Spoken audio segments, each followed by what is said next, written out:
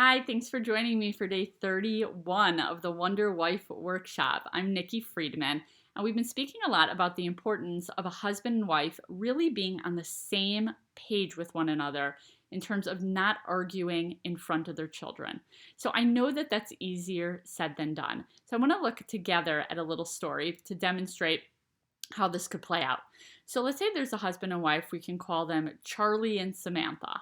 So Samantha's job every day in their family system is to make sure that she goes and she checks the mail in the mailbox and brings it in and puts it in the designated mail spot, where then Charlie goes ahead and he sorts through the mail. So Charlie's noticed that it's been a few days since there's been any mail in the mail spot. So they're all spending time together as a family with the kids, and Charlie makes a comment to Samantha and says, "Hey Sam, I've noticed that recently there hasn't been any mail in the mail spot. I mean, have you forgotten to go check the mail? I'm really waiting for something really important, and it's really bothering me that you haven't been bringing in the mail. That's your job." Okay, so Samantha is like really taken aback by this comment. First of all, she's been busy with a million other things going on. Her natural reaction is to get defensive. Like, why is he telling me how to do my job? I was planning on bringing the mail later. If he wants to micromanage it, then he can just go ahead and he can do it himself. That's what she wants to say. The issue here is that the kids are around, which is actually making her more annoyed that he brought this up in front of the kids. Now, let's get into Charlie's mind for a minute here. Charlie is not the sensitive type at all. Like, if somebody made that comment to him, he would respond by saying, "Oh my gosh, thanks so much for reminding me. I totally forgot about bringing in the mail. I really appreciate it. Let me go grab the mail," right? He doesn't see himself at all as being offensive or problematic in any way of what he has said. But Samantha is very sensitive. Maybe she struggles with some issues of self-security, right, of self-image, right? So maybe there's other things going on her end. But for whatever reason, she gets this feeling of defensiveness and she is upset about the comment. So what should she do?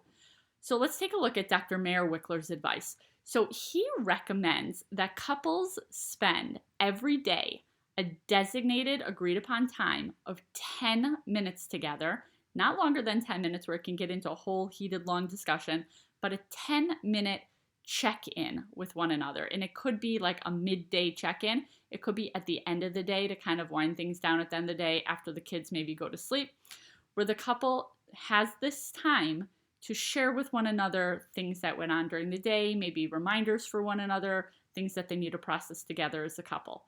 So sometimes when we're put in a situation like Samantha and Charlie, where we feel as though we want to respond and give some sort of feedback like, "Hey, I don't appreciate the way you're talking to me right now, especially in front of the kids." Like, that's not productive during that time. Sometimes we want to respond that way because we feel like, well, if I don't say it now, when am I going to say it? I just need to get it off of my chest. So the beauty of having this designated 10-minute check-in is that I know, okay, you know what? I'm going to store this in my mind for right now, put it aside. And I know later during our check-in time, I'm going to then, behind closed doors, not in front of the kids, then I'm going to bring up, how I would have preferred that this be spoken to me about. And I can present my side of the story or whatever it is that would be hopefully a sharing, open, positive conversation between the husband and wife.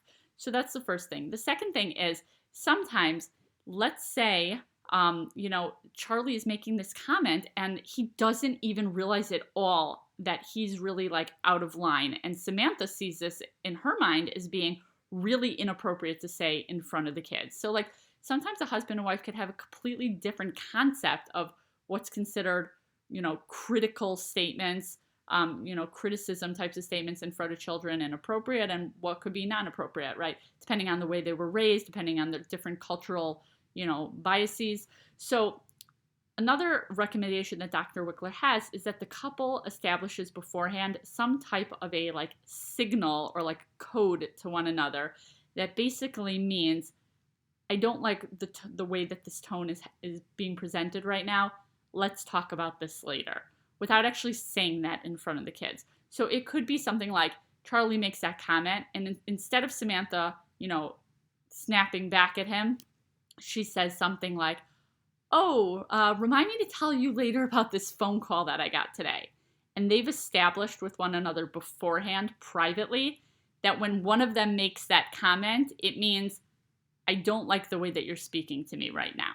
So it's like a code between them so that they don't have to let the children in on what's going on, but then they can, during their 10-minute check in later, openly discuss, once again, in respectful, calm tones, but in a sharing, open way, how they would prefer the other person to communicate to them in this type of situation, so that both the husband and wife can work on one another. Okay, now once again, I'm speaking to you wives in this. So, I don't have husbands in this class. My husband's actually thinking about starting a class for men, so stay tuned for that. I know there's been a lot of requests from the wives for their husbands to have those classes. I don't know how many of the husbands are actually interested in it. We'll see. But it's important that, you initiate this conversation with your husband and say, hey, I learned something really cool in this workshop. What do you think about this? I think it would be great for us to speak openly about what it is together as a couple we feel is appropriate to speak about in front of our kids, and how we can come up with maybe a code system to avoid criticizing one another and giving feedback to each other in front of the kids. All right, thanks so much. Have a great day.